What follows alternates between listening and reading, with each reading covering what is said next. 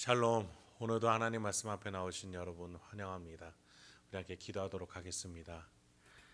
하나님, 오늘도 우리에게 귀한 하나님의 말씀 주시니 감사합니다. 우리의 심령 가운데에 하나님 말씀이 주시는 확신과 소망과 승리를 가지고 오늘 하루도 명예롭게 살아가기를 소망하오니 주여, 우리 가운데 지금 역사하여 주시옵소서. 내 주 교통 감동 감아 역사하여 주시옵소서. 예수님의 이름으로 기도했습니다. 아멘. 오늘 함께 살펴볼 말씀은 마태복음 2장 13절로부터 18절입니다. 마태복음 2장 13절로부터 18절을 함께 살펴보도록 하겠습니다. 일전에도 말씀드렸지만 인간의 역사 속에서는 위인의 탄생을 신비롭게 그리려는 여러 가지의 인간의 욕망을 봅니다. 더 나아가 성장 과정도 그렇게 그리고는 합니다. 로마 제국의 창시자들을 향해서 야생에서 갓난아기들이 늑대의 젖을 먹고 자랐다, 성장했다라는 신화도 내려오지요. 그런데 반대로 예수님은 어떠하십니까? 철저하게 고난받으십니다. 오늘 본문이 그러합니다. 13절입니다. 그들이 떠난 후에 주의 사자가 요셉에게 현몽하여 이르되 헤롯이 아기를 찾아 죽이려 하니 일어나 아기와 그의 어머니를 데리고 애굽으로 피하여 내가 내게 이르기까지 거기 있으라 하시니, 하나님께서는 메신저를 요셉에게 보내어서 요셉과 마리아 아기 예수가 애굽으로 도망가게끔 하십니다. 왕으로 오신 예수인데, 이 땅의 주인으로 온 사람인데 나면서부터 처음부터 도망자 신세가 된 겁니다. 지금이라도 하나님께서는 천군 천사를 보내서 헤롯과 헤롯의 군사 정도는 막아주실 수 있지 않으시겠습니까? 그런데 하나님은 요셉에게 애굽으로 도망가라고, 다시 메신저를 보낼 때까지, 어떤 메시지를 보낼 때까지 그곳에 머물러 있으라라는 조금은 절망적인 메시지를 주십니다. 여러분, 이것이 하나님의 방법이었음을 기억해야 합니다. 예수는 나면서부터 죽을 때까지 이러한 하나님의 방법에 순종하십니다. 가장 인간다우면서 가장 낮은 삶에 예수님은 순종하셨던 겁니다. 하나님은 예수님에게 이런 삶을 살아내 마침내 모든 인류의 진짜 왕이 될 수 있도록 섭리하셨던 겁니다. 예수님은 태어날 때 아무것도 없는 집안에서 태어나셨습니다. 가난한 목수의 아들로 태어나 힘도 재력도 권력도 없는 집안이었습니다. 도망가야 하는 신세였습니다. 인간은 높은 권세로 태어나다 못해 신비한 출생 과정을 더 덧입히지 못해 안달이라면, 하나님은 예수님을 가장 낮은 신세로 보내셨던 겁니다. 왜 그렇습니까? 지금 여러분과 저를 품어주시기 위해서였습니다. 우리를 이해하시고 함께하시고 품어주시기 위해서 가장 낮은 자리로 오셨던 겁니다. 요셉과 마리아는 애굽 이방 땅에서 이방 땅으로 도망가기 위해 아무도 모르게 야밤 도주를 합니다. 그들이 무엇을 잘못했습니까? 어떠한 실수를 했습니까? 아무 잘못도 하지 않았고 억울합니다. 그러나 어쩔 수 없습니다. 이 세상을 정복하는 왕으로 온 것이 아니라 섬기러 온 왕의 운명은 이렇게 억울하고 답답한 인생일 수밖에 없습니다. 그러나 예수의 부모들은 하나님의 말씀에 순종합니다. 14, 15절입니다. 요셉이 일어나서 밤에 아기와 그의 어머니를 데리고 애굽으로 떠나가 헤롯이 죽기까지 거기 있었으니, 이는 주께서 선지자를 통하여 말씀하신 바 애굽으로부터 내 아들을 불렀다 함을 이루려 하심이라. 하루 이틀이 아니었습니다. 그리고 그때를 정할 수도 없었습니다. 하나님이 말씀하실 때까지, 헤롯이 죽을 때까지 애굽에 있어야만 하는 신세였습니다. 헤롯이라는 임시 왕이면서도 진짜 왕 행세를 하고 싶어하는 가짜 왕이 결국에는 피잔치를 벌일 것이기 때문입니다. 하나님은 예수님을 헤롯의 영향력 밖으로 피신시키고자 하셨던 겁니다. 헤롯이라는 욕망과 탐욕을 사단 마귀는 사용하여서 하나님의 나라의 건설을 막으려 했고 하나님 나라의 진짜 왕을 막아서려고 했던 것입니다. 그 사용 방법은 무엇이었습니까? 생명의 반대인 죽음, 피, 살생이었습니다. 16절입니다. 이에 헤롯이 박사들에게 속은 줄 알고 심히 노하여 사람을 보내어 베들레헴과 그 모든 지경 안에 있는 사내 아이를 박사들에게 자세히 알아본 그때를 기준하여 2살부터 그 아래로 다 죽이니 가짜 왕 헤롯은 박사들이 자기에게 다시 오라고 했던 그 작전이 실패했던 것을 알고 굉장히 분노합니다.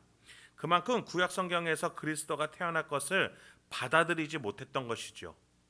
사실 헤롯도 그리스도가 어디에게서 나겠느냐, 그리스도라는 호칭을 사용하기도 했습니다.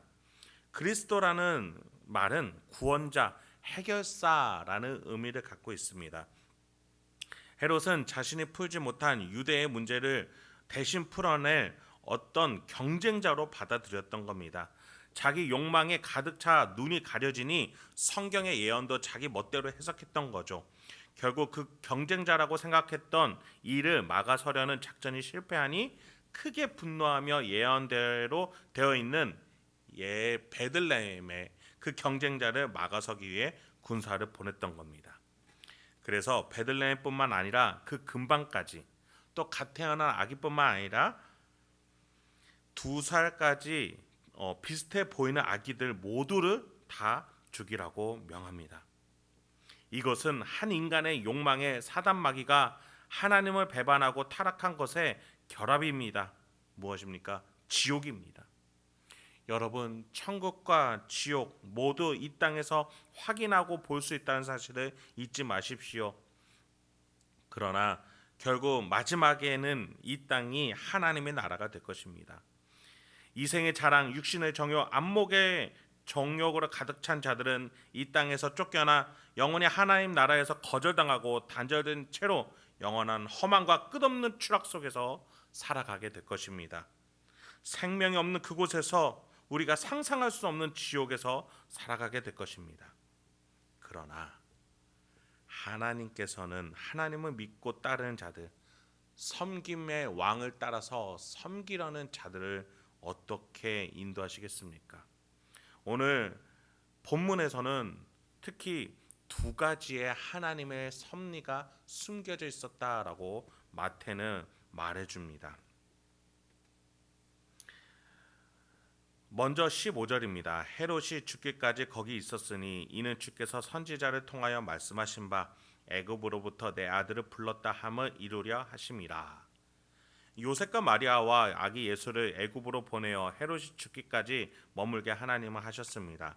마태는 이것이 하나님의 예정된 계획이었다고 말합니다. 애굽으로부터 내 아들을 불렀다.